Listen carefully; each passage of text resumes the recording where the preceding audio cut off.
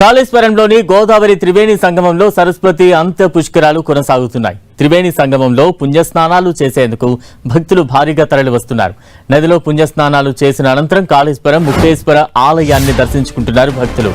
ఆలయ ప్రాంగణం మొత్తం భక్తులతో కిక్కిరిసిపోయింది. హర హర మహాదేవ నినాదాలతో కాళేశ్వరం మారుమ్రోగుతోంది. కాసేపట్లో కంచి కామకోటి పీఠాధిపతి శ్రీ శంకర విజయేంద్ర సరస్వతితో గవర్నర్ సమావేశం కానున్నారు. సాయంత్రం 6:15 కాళేశ్వరంలో మ్యూజియం ప్రారంభించనున్నారు. రాత్రి 7 గంటలకు సరస్వతి ఘాట్ దగ్గర నది హారతి కార్యక్రమంలో పాల్గొనున్నారు గవర్నర్. ఇవాళ తెల్లవారుజామున 5:43 కంచి కామకోటి పీఠాధిపతి జగద్గురు శ్రీ శంకర విజయేంద్ర సరస్వతి పుష్కర స్నానం చేసి అంత్య పుష్కరాలను ప్రారంభించారు. ఆ తర్వాత మంత్రులు కొండా సురేఖ, శ్రీధర్ బాబు పుణ్యస్నానాలు ఆచరించారు. ఈ సందర్భంగా గోదావరి నదీ మాతకు ప్రత్యేక పూజలు చేశారు కంచి పీఠాధిపతి. జూన్ 1 వరకు 12 రోజుల పాటు అంత్య పుష్కరాలు కొనసాగనున్నాయి. పుష్కరాల వేళ ప్రతిరోజు ఉదయం హోమాలు, సాయంత్రం సాంస్కృతిక కార్యక్రమాలు నిర్వహించనున్నారు.